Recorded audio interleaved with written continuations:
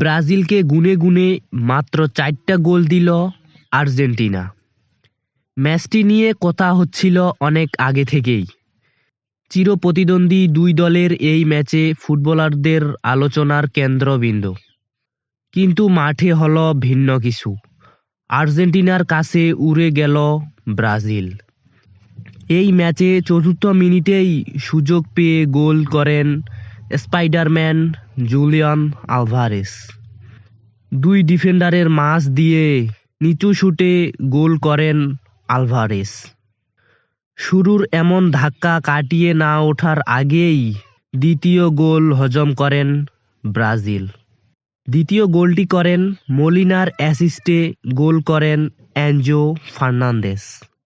ম্যাচের তৃতীয় গোলটি করেন ব্রাজিল। তবে এই গোলের পিছনে পুরো দোষটি পড়ে ক্রিস্টিয়ান রোমেরোর উপর।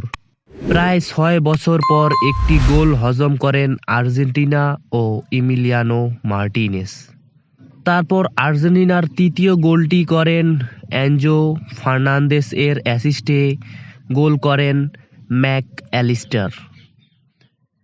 এরপরে বদলি নেমে 71তম মিনিটে আর্জেন্টিনার চতুর্থ গোলটি করেন জুলিয়ানো সিমুইন।